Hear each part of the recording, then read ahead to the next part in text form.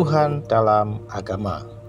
Allah yang telah menjadikan bumi dan segala isinya, Ia yang adalah Tuhan atas langit dan bumi, tidak diam dalam kuil-kuil buatan tangan manusia, dan juga tidak dilayani oleh tangan manusia, seolah-olah Ia kekurangan apa-apa, karena Dialah yang memberikan hidup dan nafas dan segala sesuatu kepada semua orang. Kisah Para Rasul 17 ayat 24-25.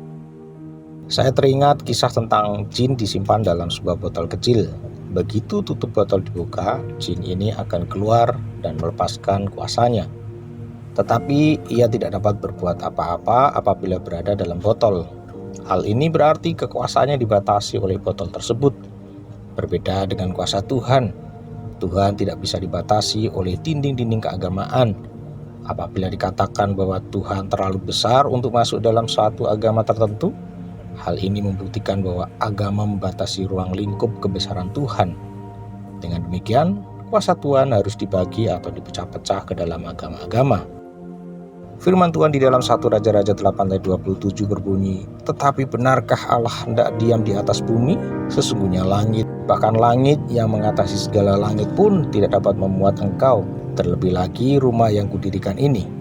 Dalam kitab Keluaran, kita bisa melihat bagaimana Tuhan memberikan beragam peraturan kepada bangsa Israel ketika mengembara di padang pasir selama 40 tahun.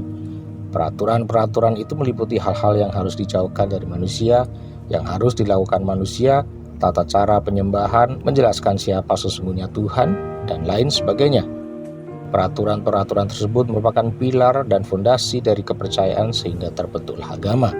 Agama tidak melahirkan Tuhan, tetapi Tuhanlah yang membuat peraturan-peraturan, dan semua peraturan itu dibungkus dalam nama agama. Seorang hamba Tuhan pernah bercerita bahwa ketika kecil ia heran mengapa daging ikan tidak terasa asin walaupun hidup di air laut. Rasa heran ini terjawab karena ikan hidup dalam kondisi air yang asin, tetapi garam dalam air itu tidak akan membuat ikan dan binatang laut menjadi asin. Demikian juga dengan orang Kristen, jika kita hidup hanya di lingkungan agama, bukankah kita juga sama dengan orang-orang yang memeluk agama mereka? Harusnya kehadiran kita di tengah masyarakat yang beragam agamanya menjadikan diri kita terang dan garam. Kita harus membagikan terang dan garam, tetapi juga harus waspada jangan sampai terang kita padam dan garam menjadi tawar. Salah satu kesalahan yang dilakukan oleh orang Kristen adalah bersikap eksklusif, yaitu menjauhkan diri dari dunia luar dan membentuk komunitas sendiri dengan alasan tidak mau terkontaminasi dosa. Pertanyaan saya adalah bagaimana dunia dengan beragam agama ini bisa memperoleh keselamatan dari Tuhan apabila anak-anaknya justru menjauhkan diri dari orang-orang yang belum diselamatkan? Beritakanlah keselamatan ke seluruh bangsa, karena untuk itulah kita dijadikan garam dan terang oleh Tuhan.